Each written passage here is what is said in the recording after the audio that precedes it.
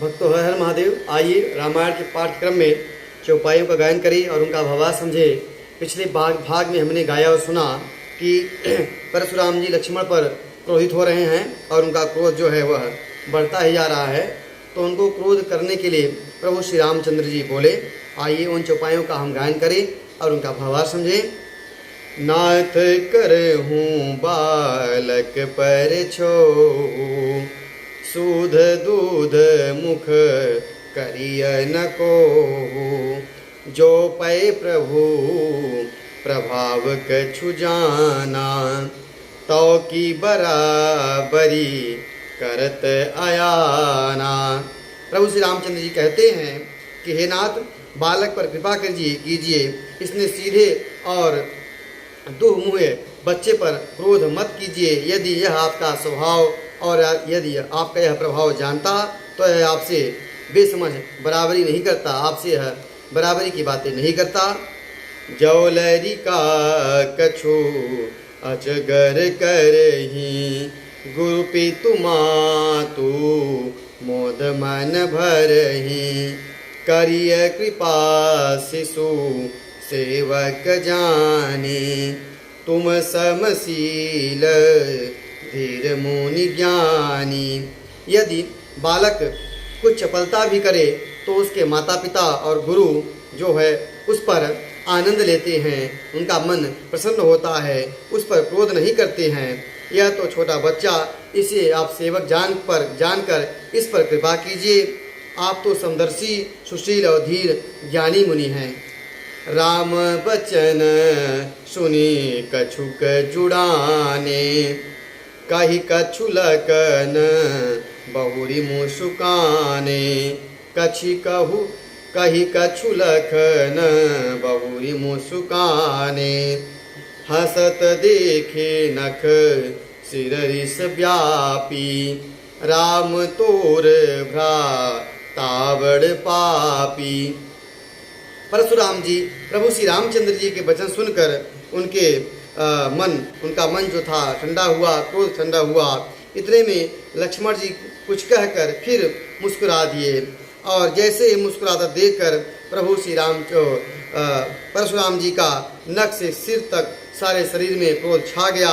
उन्होंने कहा, हे राम, तेरा भाई बड़ा पापी है। गौर शरीर श्याम मन माही, काल कोट मुख पय मुख नाही, सहज टेढ़ अनु हरतन तोही, नीच मीचो सम देख न मोही। तब परशुराम जी कहते हैं कि यह शरीर से गोरा है पर इसका हृदय जो है वह काला है। यह विषमुख है, दुधमुहा नहीं है, स्वभाव से ही टेढ़ा है और यह तुम्हारा अनुसरण नहीं करता है। यह नीच मुझे काल के समान नहीं देख रहा है। लखन कहे हंसे सुनहु मुनि, क्रोध पाप कर मूल, जही बस जनयन चित करही, चरही विश्व प्रतिकूल। लक्ष्मण जी ने हंसकर कहा कि हे मुनि सुनिए, क्रोध पाप का मूल है, जिसके बस में होकर मनुष्य अनुचित कर्म कर बैठते हैं और विश्व भर में प्रतिकूल चलते हैं। मैं तुम्हारे अनुचर मुनि राया, परिहरि को करिय अबदाया, टोटे चाप नहीं जुरही रिसाने, बैठिय होई हैं पाए पिराने। हे मुनिराज, मैं आपका दास हूँ, आप क्रोध त्याग दीजिए और टूटा हुआ धनुष क्रोध करने से नहीं जुड़ेगा। खड़े खड़े रहने से आपका पैर दुखने लगा है, आप बैठ जाइए। जो अति प्रिय तो करिय उपाई, जोरिय कोई बड़ गुनी बोलाई, बोलत लख नहीं जनक डराही, मस्ट करहूँ अनु चित भल नाही। यह धनुष अत्यंत प्रिय हो तो कोई कारीगर बुलाया जाए, गुनी बुलाया जाए जो इस धनुष को जोड़ सके और इस धनुष को जुड़वा दिया जाए। लक्ष्मण जी के वचन बोलने पर जनक जी डर जाते हैं और कहते हैं बस चुप रहिए, अनुचित बोलना उचित नहीं है। थर थर काँपहि पुर नर नारी, छोटे कुमार होठ बड़ भारी। भृगुपति सुनी सुनी निर्भय बानी, ऋषि तन जरई होहि बलहानि। जनकपुर के स्त्री पुरुष थर थर काँप रहे हैं और छोटा कुमार बड़ा ही खोटा है। लक्ष्मण जी निर्भर वाणी और सुन सुनकर परशुराम जी का जो क्रोध है वह बढ़ता जा रहा है और उनके बल की हानि हो रही है। बोले राम ही देई निहोरा, बचऊ विचारू बंधु लघु तोरा। मनु मलिन तनु सुंदर कैसे, रिस रस बिस रस भरा कनकु घटु जैसे।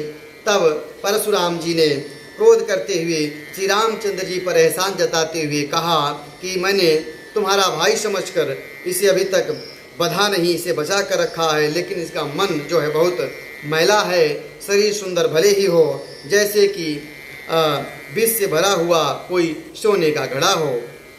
सुनि लक्ष्मण बिहसे बहुरी, नयन तरे रे राम। गुरु समीप गवने सकुची, परिहरि बानी बाम। यह सुनकर लक्ष्मण जी फिर हंसे। तब श्री रामचंद्र जी ने तिरछी नजर से उन्हें इशारा किया, जिससे लक्ष्मण जी सपचाकर विपरीत बोलना छोड़कर गुरु जी के पास चले गए। अति विनीत मृदु शीतल बानी, बोले राम जोरी जुग पानी। सुनहु नाथ तुम सहज सुजाना, बालक बचनु करिय नहीं काना। इसके बाद प्रभु श्री रामचंद्र जी दोनों हाथ जोड़कर अत्यंत विनय से के साथ कोमल और शीतल वाणी से बोले कि हे नाथ सुनिए, आप स्वभाव से ही सुजान हैं और बालकों के वचन पर कान न दीजिए, इनको आप मत सुनिए, ध्यान मत दीजिए। बर्रे बालक एक शुभाऊ, इनहि न संत भी दूषहि काऊ। तेहि नाही कछु काज बिगारा, अपराधी मैं नाथ तुम्हारा।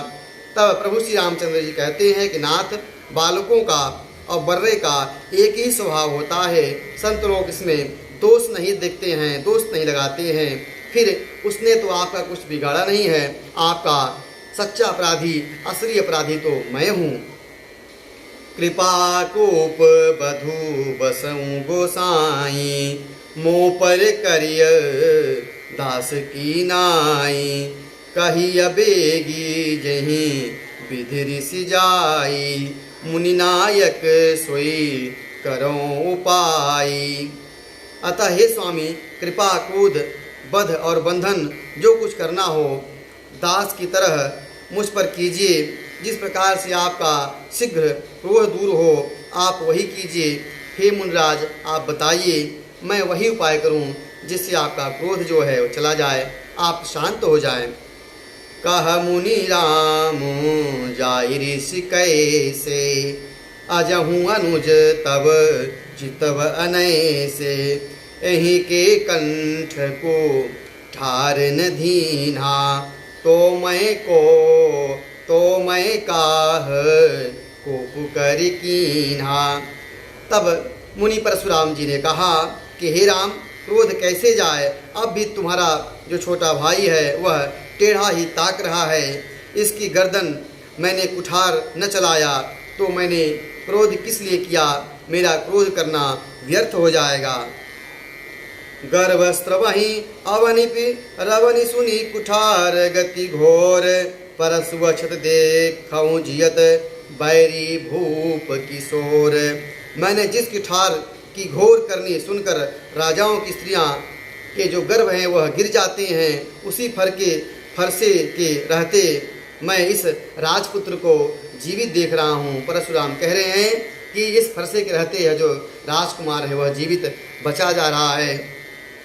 इसकी परशुराम को ग्लानि हो रही है, आगे वह कहते हैं कि मेरा फरसा चल नहीं रहा है।